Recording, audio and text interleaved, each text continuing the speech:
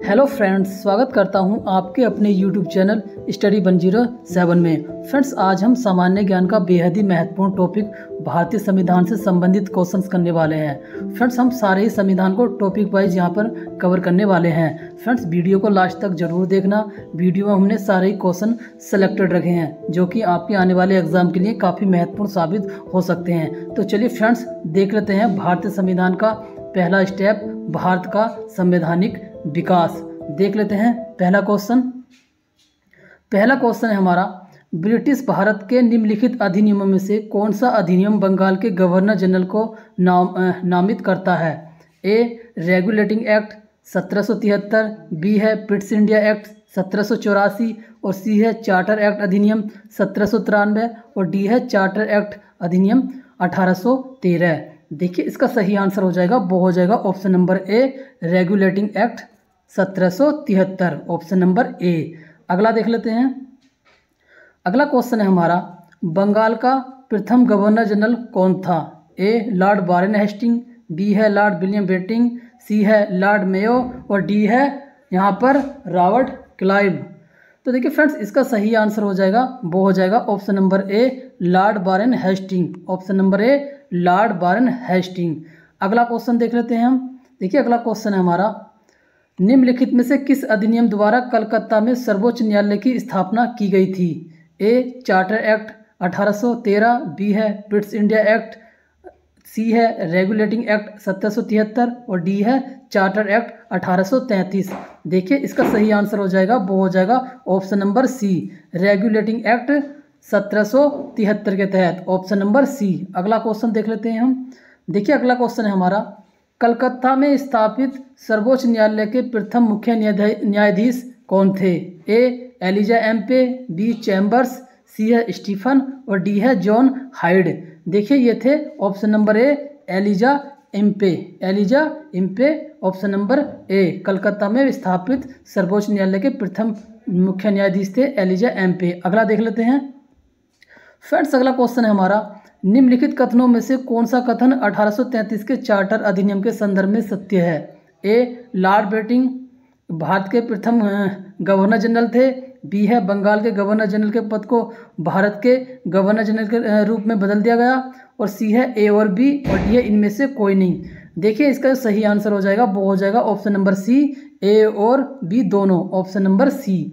अगला क्वेश्चन देख लेते हैं। हमारा अगला क्वेश्चन है, संविधान सभा की प्रथम बैठक कब हुई थी? ए 9 दिसंबर 1946, बी 26 जनवरी 1950, सी 20 जुलाई 1950 और डी है 26 जनवरी 1956 को। देखिए, जो संविधान की प्रथम बैठक हुई थी वो हुई थी हमारी 9 दिसंबर 1946 को, ऑप्शन नंबर ए, 9 दिसंबर 1946 को। अगला क्वेश्चन देख लेते हैं। हमारा अगला क्वेश्चन है, निम्नलिखित में से किस ब्रिटिश अधिनियम ने ब्रिटिश ईस्ट इंडिया कंपनी को व्यापार विशेष अधिकार दिया था? देखिए, जो व्यापार का विशेष अधिकार दिया था वो किसने दिया था? ए पिट्स इंडिया एक्ट 1784, बी है रेगुलेटिंग एक्ट 1773 और सी है चार्टर एक्ट 1793 और डी है चार्टर एक्ट 1813।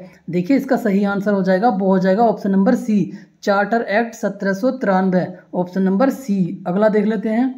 हमारा अगला क्वेश्चन है यहाँ पर, निम्न में कौन सा विकल्प सही नहीं है? देख लेते हैं। ए देखिए, नियंत्रक मंडल की स्थापना पिट्स इंडिया एक्ट 1784, बी है सर्वोच्च न्यायालय की स्थापना विनियमन अधिनियम 1773 और सी है ईसाई मिशनरियों को भारत में कार्य करने की अनुमति, चार्टर अधिनियम 1813 और डी है देखिए गवर्नर जनरल की परिषद में कानूनी सदस्य की नियुक्ति, चार्टर अधिनियम 1839। देखिए, इसका जो गलत आंसर हो जाएगा वो हो जाएगा ऑप्शन नंबर डी। देखिए, जो जनरल गवर्नर परिषद में कानूनी सदस्यों की नियुक्ति थी वो फ्रेंड्स 1839 में नहीं 1833 में हुई थी, 1833 में। तो इसका हो जाएगा ऑप्शन नंबर डी, बाकी तीनों विकल्प सही हैं। अगला देख लेते हैं। अगला क्वेश्चन है हमारा, संवैधानिक विकास, लोक सेवा विकास तथा संस्थाओं का विकास भारत में किसके शासनकाल में हुआ? ए सल्तनत काल, बी है मुगल शासनकाल में, सी है ब्रिटिश शासनकाल में और डी है इनमें से कोई नहीं। देखिए, ये हुआ था ब्रिटिश शासनकाल में, ऑप्शन नंबर सी, ब्रिटिश शासनकाल, ऑप्शन नंबर सी हो जाएगा इसका सही आंसर। अगला देख लेते हैं। देखिए, अगला क्वेश्चन है हमारा, भारतीय विधान पालिका प्रथम बार द्विसदनीय बनाई गई?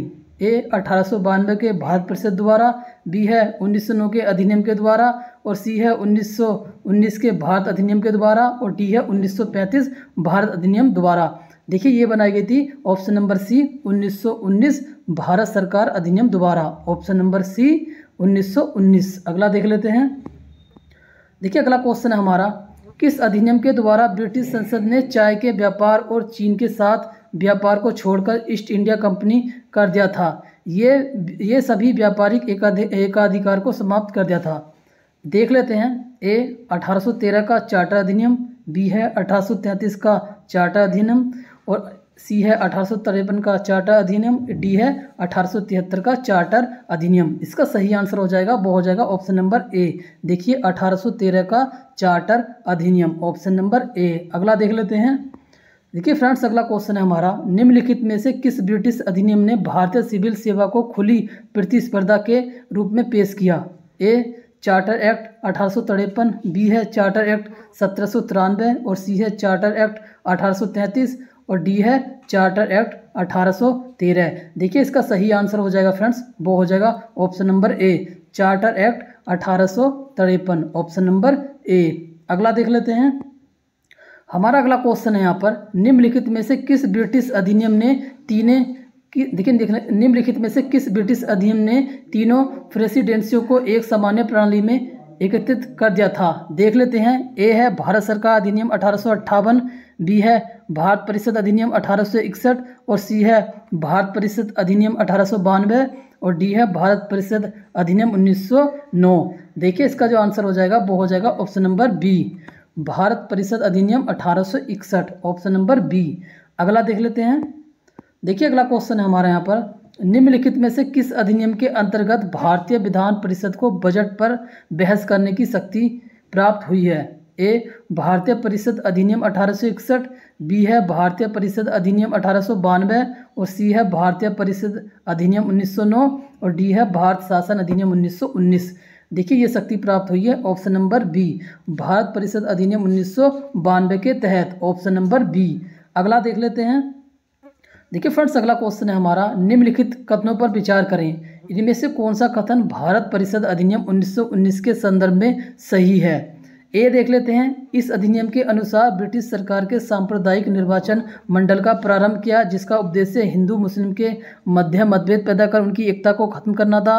बी है भारत सरकार अधिनियम को भारत सचिव और वायसराय के नाम पर मालो मिंटो सुधार भी कहा जाता है, और सी है इस व्यवस्था के तहत परिषद की कुछ सीटें मुस्लिमों के लिए आरक्षित कर दी गई थी, निर्वाचन के मुस्लिम मतदाताओं द्वारा ही किया जाना था, या डी है उपरोक्त सभी।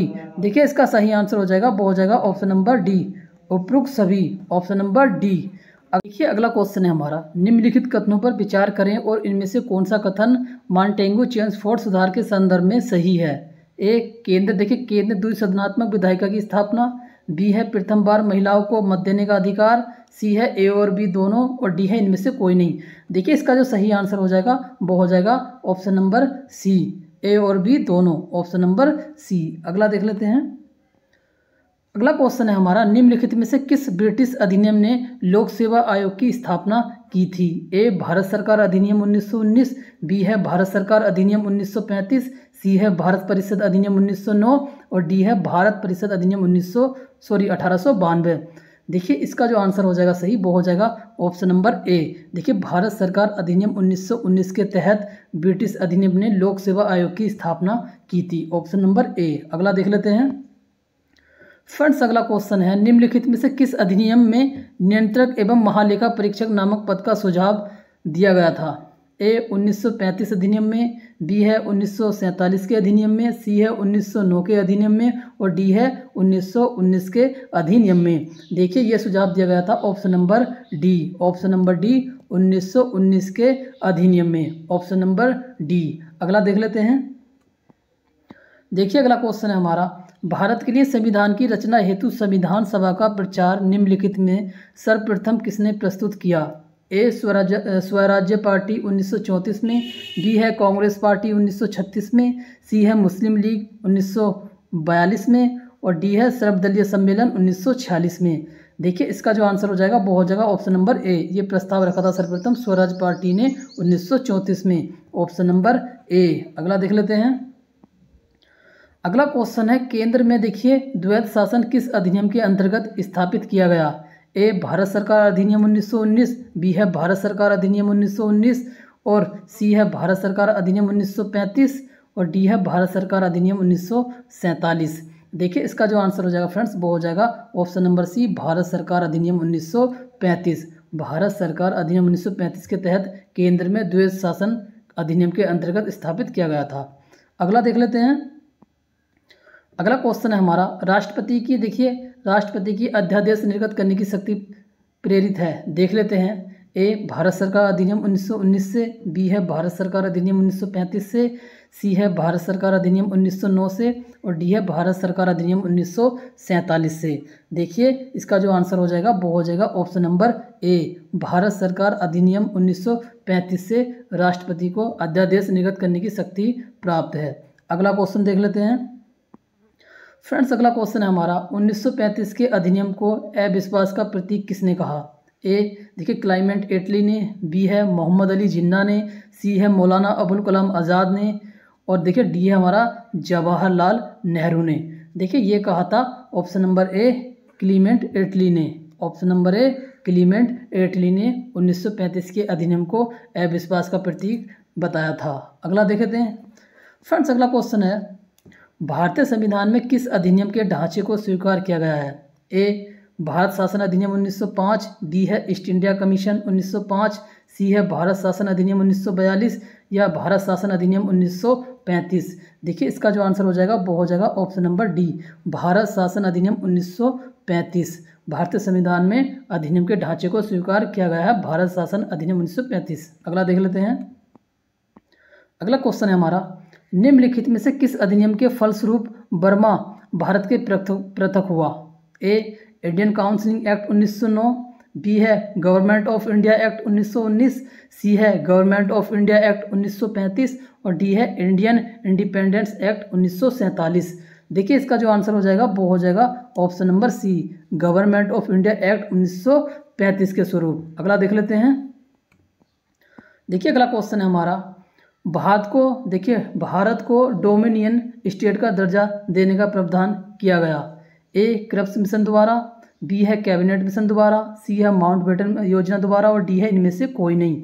देखिए इसका जो आंसर हो जाएगा वो हो जाएगा option number A, option number A Cripps mission द्वारा, क्रिप्स मिशन द्वारा ऑप्शन नंबर ए। अगला देख लेते हैं। देखिए अगला क्वेश्चन है हमारा, 1935 के अधिनियम के द्वारा स्थापित संघ में अवशिष्ट शक्तियां किसको दी गई थीं? ए संघीय विधानपालिका को, बी है प्रांतीय विधानमंडल को, सी है गवर्नर जनरल को और डी है प्रांतीय गवर्नरों को। देखिए ये शक्तियां दी गई थी option number C governor general को, option number C governor general को। अगला देख लेते हैं। फ्रेंड्स अगला क्वेश्चन है, देखिए अखिल भारतीय महासंघ स्थापित करने का प्रावधान शामिल किया गया था। ए भारत सरकार अधिनियम 1935 द्वारा, बी है अगस्त प्रस्ताव 1940 द्वारा और सी है भारत सरकार अधिनियम 1919 द्वारा, डी है कैबिनेट मिशन 1946 के द्वारा। देखिए इसका सही आंसर हो जाएगा वो हो जाएगा ऑप्शन नंबर ए, भारत सरकार अधिनियम 1935 के द्वारा। अगला देख लेते हैं।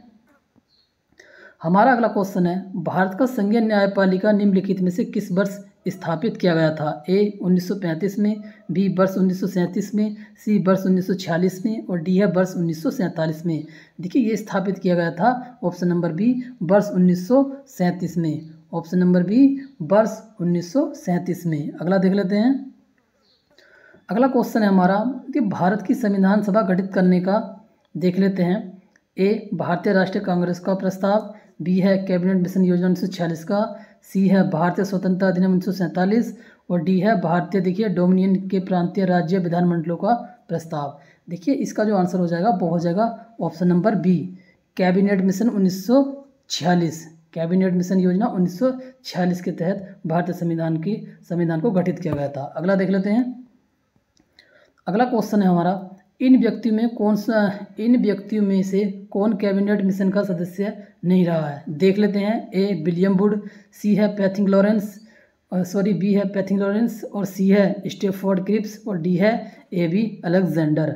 देखिए इसका आंसर हो जाएगा, वो हो जाएगा ऑप्शन नंबर ए। देखिए विलियम वुड कैबिनेट के सदस्य नहीं रहे हैं, ऑप्शन नंबर ए। अगला देख लेते हैं फ्रेंड्स, अगला क्वेश्चन है हमारा, भारत के संविधान का निर्माण करने वाली संविधान सभा के सदस्यों को ए ब्रिटिश संसद द्वारा नामित किया गया था, बी गवर्नर जनरल द्वारा नामित किया गया था, सी है विभिन्न प्रांतों की विधानसभा द्वारा चुना गया था, या डी है भारतीय राष्ट्रीय कांग्रेस और मुस्लिम लीग द्वारा चुना गया था। देखिए इसका जो आंसर हो जाएगा वो हो जाएगा ऑप्शन नंबर सी। देखिए विभिन्न प्रांतों की विधानसभा द्वारा चुना गया था, ऑप्शन नंबर सी। अगला देख लेते हैं फ्रेंड्स, अगला क्वेश्चन है, निम्नलिखित में से कौन सा कथन 1833 के चार्टर अधिनियम के संदर्भ में सही है? ए इसने ब्रिटिश ईस्ट इंडिया कंपनी को एक प्रशासनिक निकाय के रूप में बनाया, बी है इसने मिशनरियों को भारत में ईसाई धर्म फैलाने की अनुमति दी, और यहाँ पर सी है ए और बी दोनों, और डी है इनमें से कोई नहीं। इसका सही आंसर हो जाएगा, वो हो जाएगा ऑप्शन नंबर ए, इसने ब्रिटिश ईस्ट इंडिया कंपनी को एक प्रशासनिक निकाय के रूप में बनाया, ऑप्शन नंबर ए। अगला देख लेते हैं, अगला क्वेश्चन हमारा, भारतीय संविधान के निर्माण हेतु भारतीय संविधान सभा के कितने अधिवेशन हुए थे? ए 7, बी 12, सी 9 और डी है 15। ठीक है, ये अधिवेशन हुए थे, option number B 12, option number B 12 अधिवेशन हुए थे, ऑप्शन नंबर बी। और फ्रेंड्स आज का अपना लास्ट क्वेश्चन देख लेते हैं, किस अधिनियम को मार्ले मिंटो सुधार के नाम से भी जाना जाता है? ए भारत शासन अधिनियम 1935, बी है भारत शासन अधिनियम 1919 और सी है भारत शासन अधिनियम 1909 और डी है भारत शासन अधिनियम 1992 को। देखिए ये जाना जाता है ऑप्शन नंबर सी, भारत शासन अधिनियम 1909 को, भारत शासन अधिनियम 1909 को देखिए मार्ले मिंटो सुधार के नाम से भी जाना जाता है। तो फ्रेंड्स ये थे हमारे संविधान से संबंधित क्वेश्चन। फ्रेंड्स अगर आपको हमारी ये वीडियो अच्छी लगी हो तो प्लीज़ वीडियो को लाइक करना, कमेंट करना और हमारे यूट्यूब चैनल को सब्सक्राइब करना।